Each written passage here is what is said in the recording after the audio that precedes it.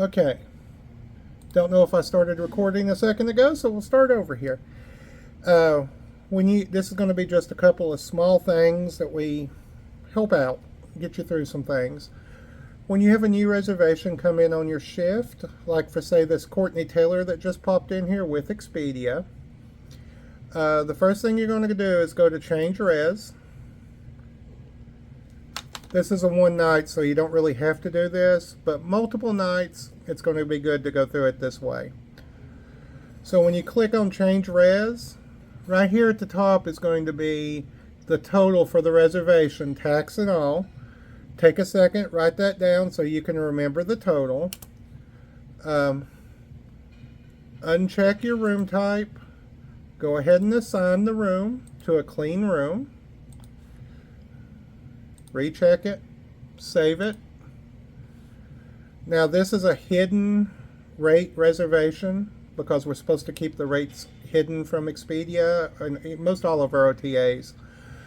So you're going to go to post payment. The first thing you're going to do is come right here, do a folio 8, which is the folio that keeps it hidden. Undo use terminal.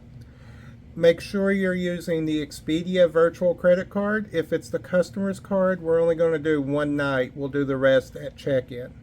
The total for that room is $90.69. So we're going to hit OK.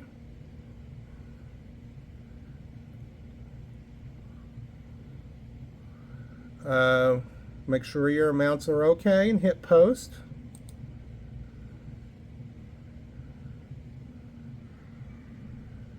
Okay, now if you go over here to where it says folio, you'll see your folio 8 here and your credit for the length of stay. Then also if you go to, well, I can't do that with it not checked in. Never mind. Okay, the next thing we kind of want to look at is if somebody calls and they're wanting to show a room, or you're trying to figure out what rooms are vacant and clean and what we can look at and stuff like that. If you go to F9, that's going to take you into the housekeeping menu right here.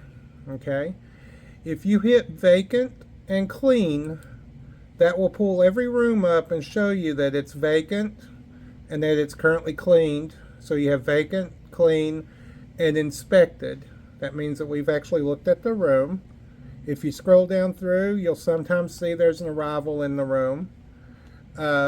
Once you get to know your room types pretty good, you can figure out that this here, like 436, is a 2-queen balcony. So if I needed to show a 2-queen balcony, we know that 436 is a 2-queen balcony.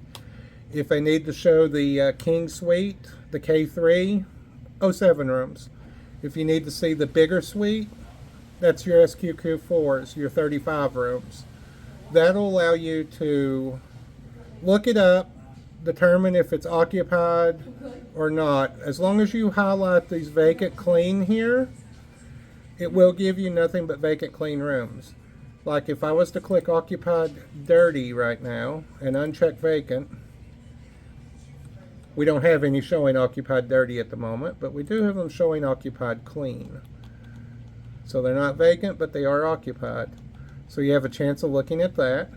If somebody just needs a report, like say maintenance has got to do some PM work, they need a list of the vacant clean rooms. You can just pull up vacant clean, come down here and hit print, and it will allow you to print everything that's vacant clean, so you can give them a copy of it. If you do need to make a change to your housekeeping menu, like you need to clean something that's dirty, you just come in, you find the room, hit vacant or clean, inspect, and then tell it to post. Only hit post when you want to do changes, because it will change it. Good evening, Glenstone Lodge. Just John. How may I direct your call? Sorry for the interruption. So that's how you operate the housekeeping menu. Okay. If you're going to do an early out on a transient, third party, whatever, when you pull up the guest, like this right here, if I was to go and check this out now,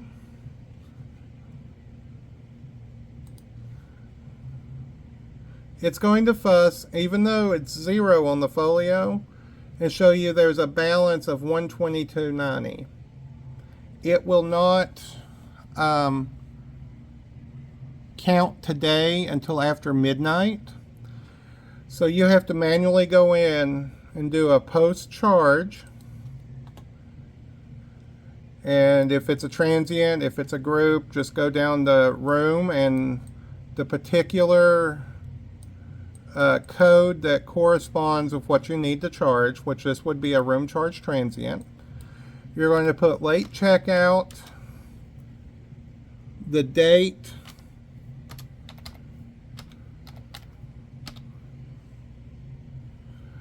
okay, and then whatever that room charge is for that day, you'll enter that room charge, which is $109, and tell it okay. So now it's going to show you as them owing $122.90. When you hit checkout, now it's going to show 0 and you can check it out, because it will automatically get rid of the previous charge that's in there. A lot of the times with Holiday Inn, night shift has already got it all transferred for you, and you won't have to do that on a Holiday Inn. All you got to do is do that, and you'll be able to do an early checkout or a late checkout. Now, if an OTA comes down at like 6 o'clock at night and says, hey, I'm leaving tomorrow, I'm supposed to leave 3 days from now, we do charge them 1 night late cancellation fee. So they would have to pay at least 1 night if it was like a third party, let's say Expedia, Priceline, Agoda, Hopper, Hotwire, whatever it is.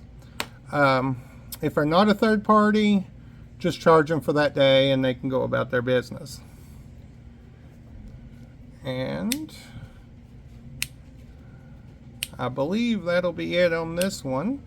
Any questions? Drop me a line. Hope this helps out a little. Thank you.